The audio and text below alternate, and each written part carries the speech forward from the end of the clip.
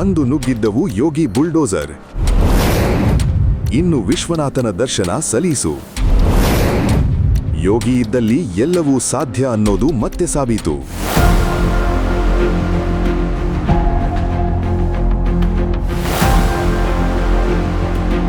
ಇದು ವಾರಣಾಸಿಯ ಪ್ರಖ್ಯಾತ ದಾಲ್ ಮಂಡಿ. ಕಾಶಿಗೆ ಹೋದವರು ಇಲ್ಲಿಗೆ ಭೇಟಿ ನೀಡಲೇ ಬರುತ್ತಿರಲಿಲ್ಲ.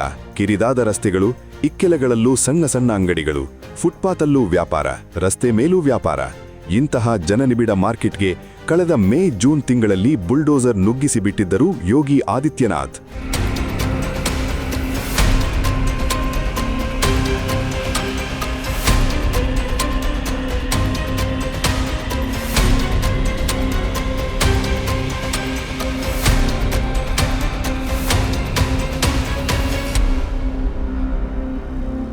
ಇಷ್ಟೆಲ್ಲ ಆದ ಮೇಲೆ ಕಾಶಿ ವಿಶ್ವನಾಥನ ನಗರಿ ವಾರಣಾಸಿಯಲ್ಲಿ ಈಗ ಮಹತ್ವದ ಬದಲಾವಣೆಯನ್ನು ಆರಂಭವಾಗಿದೆ.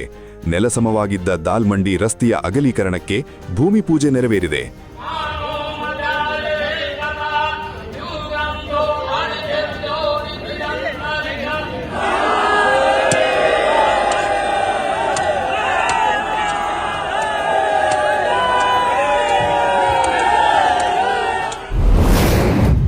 ನನಸಾಗ್ತಿದೆ ಯೋಗಿ ಕನಸಿನ ಯೋಜನೆ.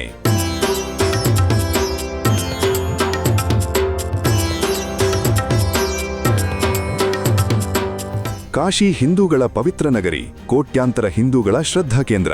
ಪ್ರತಿದಿನ ಇಲ್ಲಿಗೆ ಲಕ್ಷಾಂತರ ಹಿಂದೂಗಳು ಭೇಟಿ ನೀಡ್ತಾರೆ, ಸಂತಸದಿಂದ ವಿಶ್ವನಾಥನ ದರ್ಶನ ಮಾಡ್ತಾರೆ. ಆದರೆ ಹೀಗೆ ದರ್ಶನ ಮಾಡುವಾಗ ಭಕ್ತರಿಗೆ ಅನೇಕ ತೊಂದರೆಗಳು ಉಂಟಾಗ್ತಾ ಇದೆ.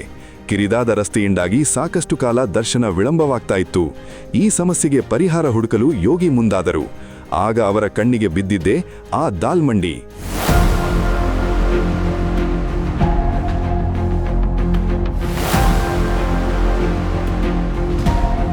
ಒಂದು ಕಾಲದಲ್ಲಿ ಪೂರ್ವಾಂಚಲದ ಅತಿ ದೊಡ್ಡ ಮಾರುಕಟ್ಟೆಯಾಗಿತ್ತು ದಾಲ್ ಮಂಡಿ. ಇಲ್ಲಿ ಬಟ್ಟೆ, ಜ್ಯುವೆಲರಿ ಮತ್ತು ಎಲೆಕ್ಟ್ರಾನಿಕ್ಸ್ ಸೇರಿದಂತೆ ಎಲ್ಲಾ ವಸ್ತುಗಳ ವ್ಯಾಪಾರ ಜೋರಾಗಿ ನಡೆಯುತ್ತಿತ್ತು. ಆದರೆ ಕೇವಲ 8 ಅಡಿ ಅಗಲವಿದ್ದ ಈ ಇಕ್ಕಟ್ಟಾದ ರಸ್ತೆಯಲ್ಲಿ ಭಕ್ತರು ಹಾಗೂ ಸಾರ್ವಜನಿಕರು ಸಂಚರಿಸುವುದು ಸವಾಲಿನ ಕೆಲಸವಾಗಿತ್ತು. ಆಗ ಯೋಗಿ ಕಂಡಿದ್ದ ಕನಸಿನ ಯೋಜನೆ ಈಗ ಕಾರ್ಯರೂಪಕ್ಕೆ ಬರುತ್ತಿದೆ. ಯೋಗಿ ಯೋಜನೆಯ ಹೈಲೈಟ್ಸ್ ಏನು ಗೊತ್ತಾ? ಸುಮಾರು 30 ಅಡಿ ಅಗಲದ ಬೃಹತ್ ರಸ್ತೆ ನಿರ್ಮಾಣವಾಗಲಿದೆ. ರಸ್ತೆಯ ಎರಡೂ ಬದಿಗಳಲ್ಲಿ 8 ಅಡಿ ಅಗಲದ ಫುಟ್ಪಾತ್ ಇರಲಿವೆ. ನೀರು ಪೂರೈಕೆಯ ಯುಟಿಲಿಟಿ ಡಕ್ಟ್ಗಳನ್ನು ಅಳವಡಿಸಿ ಒಳಚರಂಡಿ ವ್ಯವಸ್ಥೆಯನ್ನು ನಿರ್ಮಿಸಿ ವರ್ಲ್ಡ್ ಕ್ಲಾಸ್ ರಸ್ತೆಯಾಗಿ ಅಭಿವೃದ್ಧಿಪಡಿಸಲಾಗುತ್ತಿದೆ. ಈ ಬೃಹತ್ ಯೋಜನೆ ಕುರಿತು ಯೋಗಿ ಆದಿತ್ಯನಾಥ್ 2025ರ ಜುಲೈನಲ್ಲಿ ಸರ್ಕಾರಿ ಆದೇಶ ಹೊರಡಿಸಿದರು. ನಂತರ ಈ ಯೋಜನೆಯ ವ್ಯಾಪ್ತಿಗೆ ಬಂದ 181 ಮನೆಗಳು ಹಾಗೂ 6 ಮಸೀದಿಗಳ ಭಾಗಗಳಿಗೆ ನಷ್ಟಪರಿಹಾರವಾಗಿ ಒಟ್ಟು 199 ಕೋಟಿ ರೂಪಾಯಿಗಳ ಪರಿಹಾರ ಧನವನ್ನು ವಿತರಿಸಲಾಯಿತು. ಸ್ಥಳೀಯ ಶಾಸಕ ನೀಲಕಂಠ ತಿವಾರಿ ಅವರ ಪ್ರಕಾರ ಶೀಘ್ರದಲ್ಲೇ ಈ ಕಾಮಗಾರಿ ಪೂರ್ಣಗೊಂಡು ಸಾರ್ವಜನಿಕರು ಹಾಗೂ ಶ್ರೀ ಕಾಶಿ ವಿಶ್ವನಾಥನ ಭಕ್ತರ ಬಳಕೆಗೆ ಮುಕ್ತವಾಗಲಿದೆ. ಸನಾತನ ಧರ್ಮದ ರಕ್ಷಣೆಗೆ ಉತ್ತರ ಪ್ರದೇಶ ಸರ್ಕಾರ ಈ ಮಹತ್ವದ ಯೋಜನೆ ಕೈಗೆತ್ತಿಕೊಂಡಿದೆ. ಯೋಗಿ ಇದ್ದಲ್ಲಿ ಎಲ್ಲವೂ ಸಾಧ್ಯ ಅನ್ನೋದು ಮತ್ತೆ ಸಾಬೀತಾಗಿದೆ.